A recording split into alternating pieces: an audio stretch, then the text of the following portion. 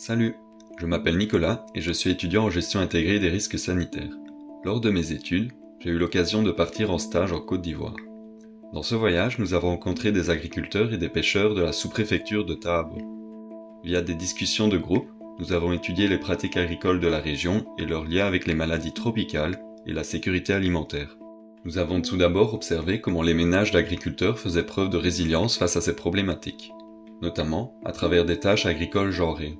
Par exemple, la diversification des pratiques agricoles au sein d'un ménage permet d'assurer une source de revenus plus ou moins stable tout au long de l'année.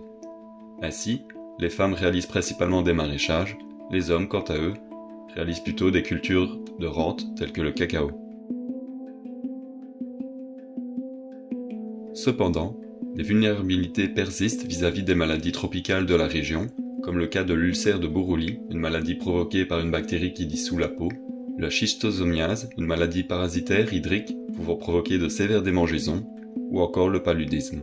La présence de ces maladies s'explique par des conditions environnementales et des habitudes qui exposent les agriculteurs à ces risques.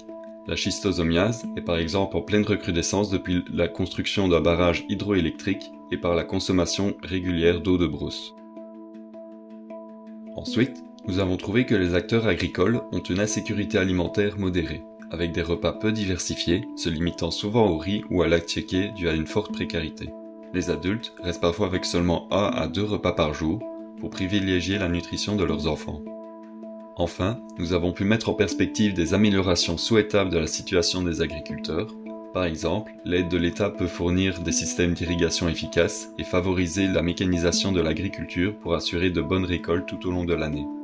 De plus, nous soulignons l'importance d'une sensibilisation continue aux risques sanitaires liés aux maladies tropicales, que ce soit en matière de prophylaxie ou de traitement disponible.